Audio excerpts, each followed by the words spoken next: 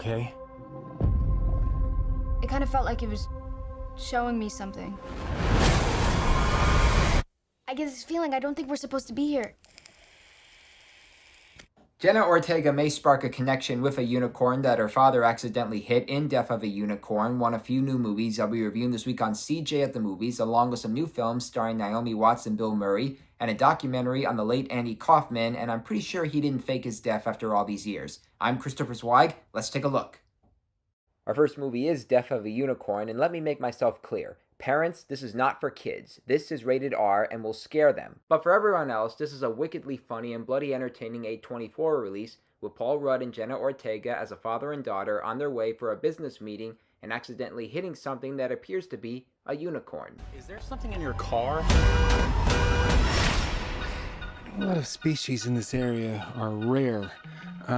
What exactly are we saying this is, though? I think we know exactly what it is. A horse-like mammalia. With some sort of protrusion or growth. It's a fucking unicorn. I don't think I should be in swim shorts for this moment.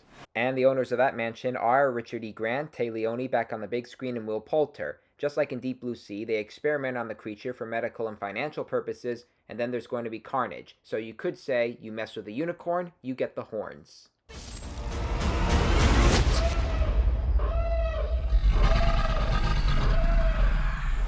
We've seen this kind of thing before, so the story is not that original, but Death of a Unicorn has more going for its low-budget campiness than any of the $320 million burned in the current Netflix hit The Electric State. The actors are able to add some sly wit and conniving charms to their characters, and I like how Ortega tries to be the sensible one in all this. I had a lot of fun with this one.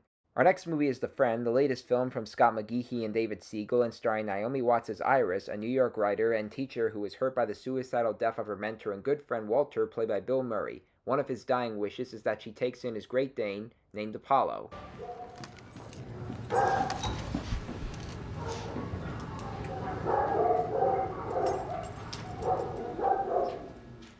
She struggles to connect with this dog, who is only motivated by spoken words of his deceased owner and his shirt. He misses Walter as much as Iris does. Just can't keep having him here. It's taken over my bed, and it's getting in the way of my work. I don't think it's about the dog. He's in mourning. He lost his master. How would you feel? And things get complicated as she's threatened with eviction as she lives in an apartment that isn't pet-friendly. The biggest comment about The Friend, which my cousins and I observed after our viewing at the Boulder International Film Festival, is that it doesn't delve deep into the matter of suicide, which is an important topic to deal with. But what it does achieve is bringing in on the laughs thanks to the chemistry between Watts and the dog, who is played by a canine actor named Bing, and the big heart it has between them. It deserves a treat for showing us a distinction between people and dogs, and yet allowing Iris and Apollo to share the same human connection.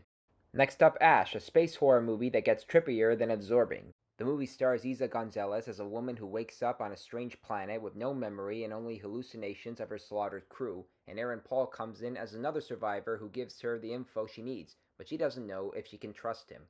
Ash was directed by rapper Flying Lotus, and given the vibrance of colors, the art direction, the editing, and the cinematography, he does make himself a visionary artist. He also wisely casts Gonzalez and Paul with the right sci-fi ambitions, and the film itself is ambitious and great looking, but the story tends to get boring and derivative. I'm all for original sci-fi movies, but I need more out of them.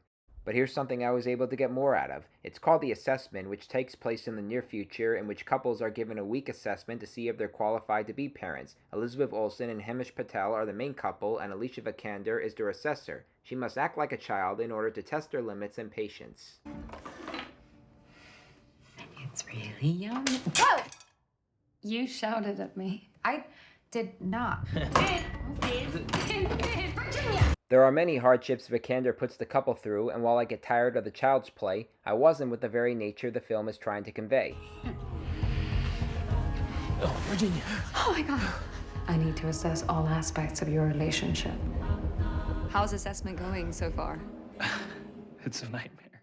The Assessment feels like something out of a David Cronenberg movie based on the strange and effective filmmaking style by Fleur Fortune in her feature directorial debut.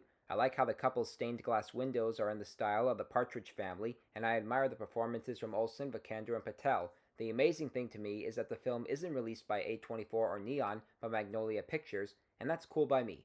And our last movie is Thank You Very Much, a documentary on comedian Andy Kaufman, who had a short life from 1949 to 1984 when he died of lung cancer, and there have been rumors that he faked his death.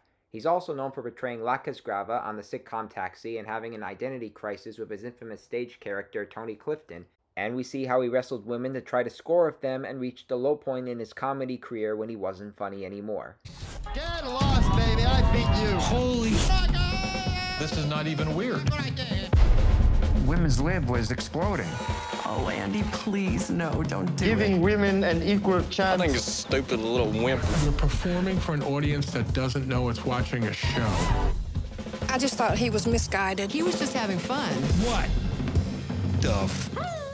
Thank You Very Much lacks the depth and emotion of other comedian documentaries like Belushi, Steve Martin, or Albert Brooks' Defending My Life, but it does deliver on the comedy and pathos, and I'm not just talking about the personal tragedies in Andy's life, but also how his hateful character Tony Clifton and his wrestling manner has affected people. There are times when comedy stars hit new lows, which is too bad considering what they previously brought to us, but this doc also acknowledges Andy's comedy and the impact he has given to people in his short life.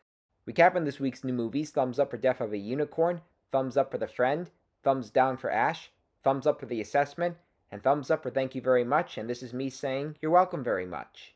Well, those are the new movies I'm reviewing this week. I'm Christopher Zweig. Stay safe, and I'll see you at the movies.